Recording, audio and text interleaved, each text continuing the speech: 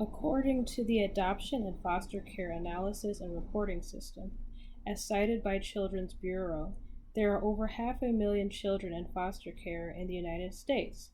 Though as these children get older, they are at a higher risk of being trafficked.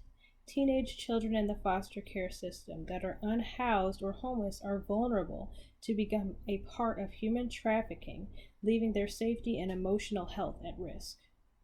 According to Penn Today, homeless youth participants in a research study reported 20% were victims of human trafficking, 17% were sex trafficked, and 6% were trafficked for other labor. 14% engaged in what is known as survival sex to meet basic needs, such as food or housing. Among sex trafficking survivors, 41% were approached on their first night of homelessness.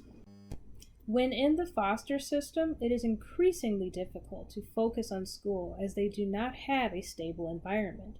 It is also hard for educators to invest in foster students because they may not be in a specific placement for very long.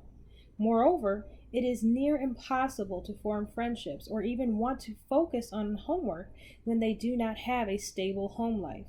For foster kids, the school setting may be the most stable environment that they have.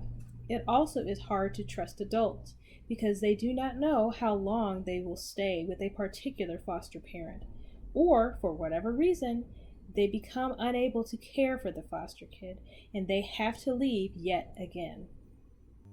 According to the U.S. Department of Housing and Urban Development, as cited by Volstate, unaccompanied youth, defined as homeless, who have experienced a long-term period without living independently in permanent housing, have experienced persistent instability as measured by frequent moves.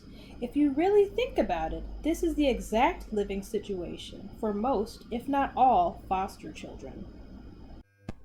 According to the Department of Justice, human trafficking is a crime that involves compelling or coercing a person to provide labor or services or to engage in commercial sex acts.